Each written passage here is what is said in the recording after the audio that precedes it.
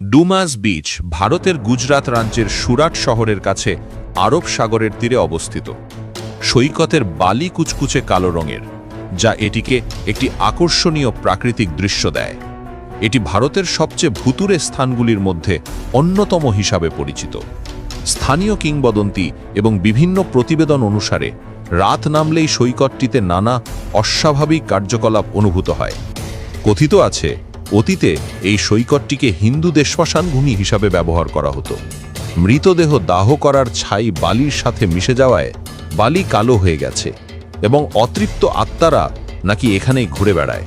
অনেক পর্যটক এবং স্থানীয় লোকজনের দাবি, রাতে এখানে ফিসফিস শব্দ, চাপা হাসি বা কান্নার আওয়াজ শোনা যায়।